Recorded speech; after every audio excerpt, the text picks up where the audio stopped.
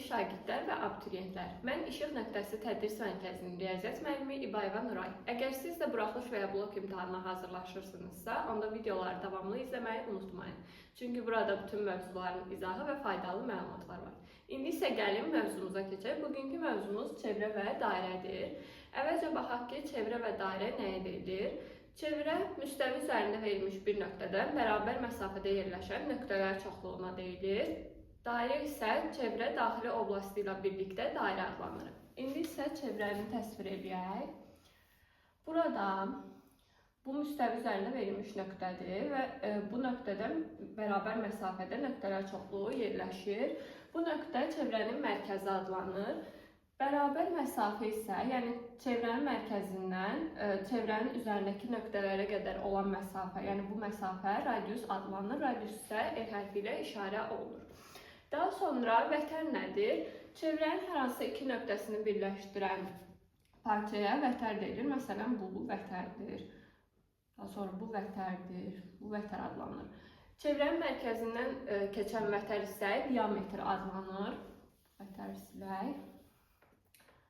Bu iki radiusu birləşdirək. Bu vətərdir və çevrənin mərkəzindən keçir. Ona görə həmçinin diametr adlanır. Yəni diametr çevrənin ən böyük vətəridir. Diametr isə D hərfi ilə işarə olunur və 2 elə bərabərdir. Daha sonra isə digər parçalara baxaq. Çevrəni yenidən təsvir edək. Mərkəzini təsvir edək. Çevrə ilə bir ortaq nöqtəsi olan parça isə toxunan deyilir. Məsələn, belə çəkək. Bu A toxunanı adlanır. Çevrə ilə bir ortaq nöqtəsi var.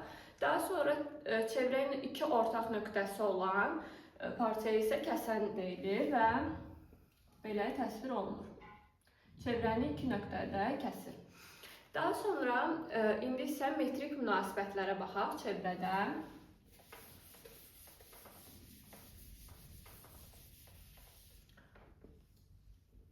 Yine çevrəmizi təsvir edək, mərkəzimizi qeyd edək. Çevrəyə hər hansısa iki toxunan çəkilir. Tutaq ki, bu toxunanlar bərabər olacaq. A, buranı B, buranı S kimi qeyd edək. Yəni burada AB və AC toxunandır və bunlar bərabərdirlər. Daha sonra çevrəyə hər hansısa iki vətər çəkilir və bu vətərlər kəsişirsə, burada metrik münasibətlər necə olacaq? Gəlin onu qeyd edək. Balaca bir çevrə çəkək. Məsəl üçün, iki dənə vətər kəsişdirirəm. Çevrənin daxilində A, B, C, D və bunlar O nöqtəsində kəsişir. Burada metrik münasibətlər necə olacaq? A onun OB-yə hasili bərabər olacaq C onun OD-yə hasilinə. Daha sonra toxunan və kəsən arasındakı metrik münasibətə baxaq. Məsələn, bir toxunan, bir kəsən çəkək və bu təbii ki bir nöqtədən çıxır. Bu kəsəndən toxunan, bu toxunanımız olsun. Bu da kəsənimiz olsun. AB toxunanı, AD isə olsun kəsən. Burada metrik münasibətlər necə olacaq? AB-nin kvadratı bərabər olacaq AC vur, ümumilikdə bu AD-yə.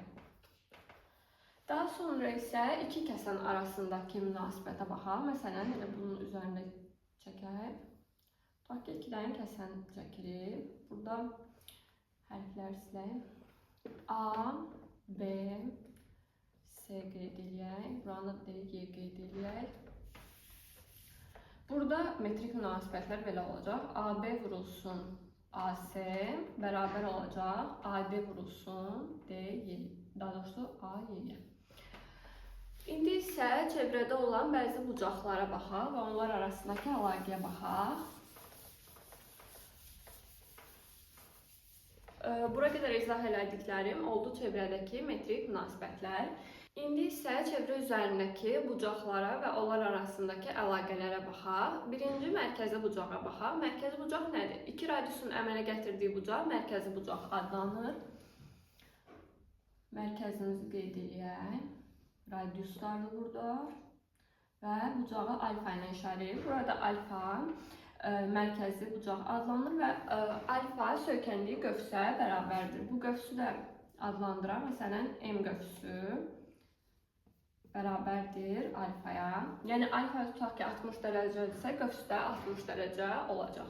Daha sonra daxilə çəkilmiş bucaq var. Daxilə çəkilmiş bucaq nədir? Bir nöqtədən çıxan vətərlərin əmələ gətirdiyi bucaq daxilə çəkilmiş bucaq adlanır. Daxilə çəkilmiş bucaq isə söykənli qövsün yarısına bərabərdir. Elə burada çəkəcəm daxilə çəkilmiş bucağı. Baxın, tutaq ki A, B, C adlanır. Burada AB ilə AC hər hansı bir vətərdir. Buranı da beta ilə adlanır. Bu beta daxilə çəkilmiş bucaqdır. Beta M-in yarısına bərabərdir. Beta bərabərdir M qövsünün yarısına. Həmçinin M qövsü alfaya bərabər olduğu üçün beta alfanın da yarısına bərabər. Yəni deyə bilərik ki, daxilə çəkilmiş bucaq mərkəzi bucağın da yarısına bərabərdir. Daha sonra burada toxunanların əmələ gətirdiyi bucaqlara baxaq. Məsələn, çevrə çəkək. Bu toxunandır. Buradan A yazaq, B, C. Əvvəlcə deyim ki, qövs çevrənin hər hansısa bir hissəsinə deyilir. Məsəl üçün, buradan bir çevrə çəkək. Yəni, məsələn, bu qövsdür. Və qövsün uzunluğu isə L bərabərdir pi alfa böl 180 ilə hesablanır. İndi isə buradan iki toxunun arasında qalan bucağı hesablayaq. Tutaq ki, alfa bucağını tapmaq üçün nə etməliyik? BC qövsündən, buranı gəlin hərflərlə adlandıraq ki, qarışdırmayaq. Burada BMC qövsündən çıxmalıyıq. BNC qövsünü böləcəyik 2-yə. Alfanı bu şəkildə tapacağıq. İndi isə toxunanlar arasındakı bucaqlar, kəsən və toxunan arasında, kəsənlər arasındakı bucağı tapmağa öyrənəcəyik. Məsəl üçün, çevrə verilib. 2 dənə toxunan çəkirik. B, A, C adlandıraq. Buranı alfa adlandıraq. Qövsdə M, N. Burada BC bir qövsdür. BNC isə bir qövsdür. Burada alfanı necə tapacağıq? Alfa bərabər olacaq. BMC çıxılsın BNC. Böyük qövsdən, yəni kiçik qövsü çıxıb 2-yə böləcəyik. Bu arada qeyd edeyim ki, qövs çevrənin hər hansısa bir hissəsinə deyilir. Məsəl üçün, mərkəzi qeyd edək O. Burada bu hissə qövsü adlanır və qövsün uzunluğu L bərabərdir pi alfa böl 180 ilə hesablanır. Daha sonra isə toxunan və kəsən arasındakı bucağa baxaq.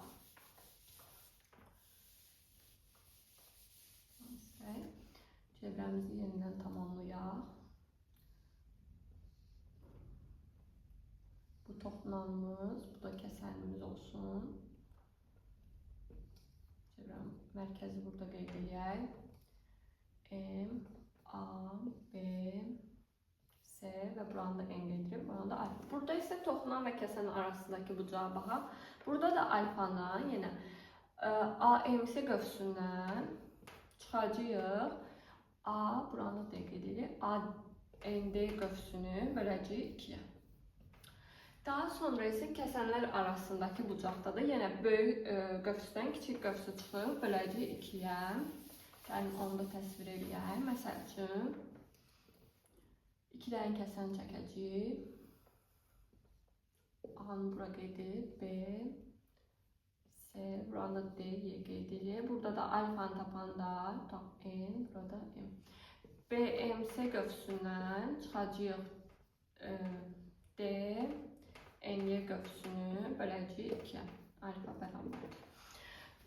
Deməli, toxunanlar arasında qalan bucaqda da, toxunan və kəsən arasında qalan bucaqda da və kəsənlər arasında qalan bucaqda da biz böyük qövsdən kiçik qövsü çıxıb 2-yə böldük ki, həmin bucağı tapaq. Amma vətərlər arasında qalan bucağı necə tapacağıq? Məsələn, mərkəz qeyd edək. Burada tutaq ki, biraz vətərləri fərqli çəkək. Belə. Tutaq ki, bu alfanı tapmaq üçün A, M, B, burada C, N-də olsun. Burada da yenə alfanı tapanda bu dəfə toplayacaq qövsləri. Yəni A, M, B ilə C, N, D-ni toplayıb 2-yə böləcəyik. Daha sonra isə biz bir bucaq da deyim sizə. Diametrə söykənən bucaq nəyə bərabərdir? Əvvəlcə çevrəni çəkək.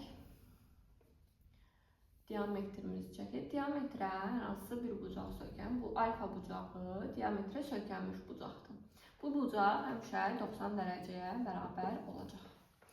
Daha sonra isə çevrənin uzunluğu və sahəsi necə hesablanır, onu da deyək. Çevrənin uzunluğu S hərfi ilə işarə olunur. S bərabərdir 2 pi yerlə və yaxud da biz bildik ki, diametr 2 yerə bərabərdir. Ona görə həmçinin pi d də yaza bilərik.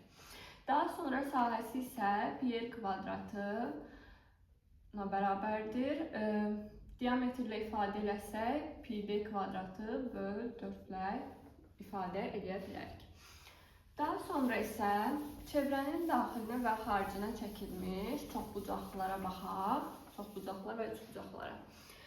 Məsələn, 4 bucaqlı verilib, hər hansısa 4 bucaqlı. 4 bucaqlının daxilinə çevrə çəkilirsə, indi bunu yadda saxlama üsulunda deyəcəm. A, B, C, D.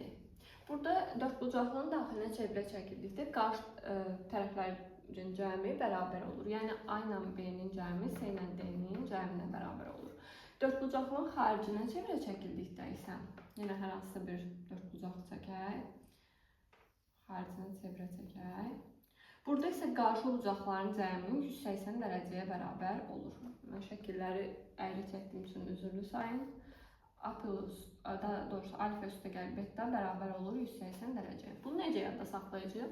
4 bucaqlının daxilinə deyəndə D tərəfdə T-dir. Kar və cingilti samitlə yadınızda saxlayın. Xaricinə dedikdə isə xarici sözündə C hərfi var. Burada da bucaq sözünü yadınızda saxlaya bilərsiniz. Daha sonra isə məsələn düzbucaqlı üçbucağın daxilinə və xaricinə çəkilmiş çevrənin radiuslarına baxaq. Düzbucaqlı üçbucağımız daxilinə və xaricinə çəkilmiş çevrənin radiusu. Burada isə daxilinə çəkilmiş çevrənin radiusu kiçik R ilə, xaricinə çəkilmiş çevrənin radiusu isə böyük R ilə işarə olunur. Kiçik R burada A plus B çıxılsın S bölünsün 2-yə bərabərdir. Böyük R isə S böl 2-yə bərabərdir. Burada A ilə B katif, S isə hipotenuza bərabərdir. Daha sonra kvadratın daxilinə və xaricinə çəkilmiş çevrənin radiusunu tapaq. Məsələn, bu daxilinə çəkilmiş, bu isə xaricinə çəkilmiş. Mərkəzi buradır. Burada məsələn, R-ə baxsaq, bu daxilinə çəkilmiş çevrənin radiusudur və xaricinə çəkilmiş çevrənin radiusudur. Burada kiçik R nəyə bərabər olacaq? Tərəfin yarısına. Çünki baxın, biz elə diametri tamamlasaq, görür ki, tərəflə paraleldir, amma həmçinin də bərabərdir. Ona görə radius A bölü 2-yə bərabərdir. Xaricinə çəkilmiş çevrənin radiusu isə kvadratın diaqonalının yarısıdır. Ona görə kvadratın diaqonalı A kökdə 2-dir. Radius da onun yarısı olduğu üçün A kökdə 2 bölü 2 olacaq. Bugünkü dərsimiz bu qədər. Gələn dərslərdə görüşmək ümidi ilə sağ olun, salamat qalın.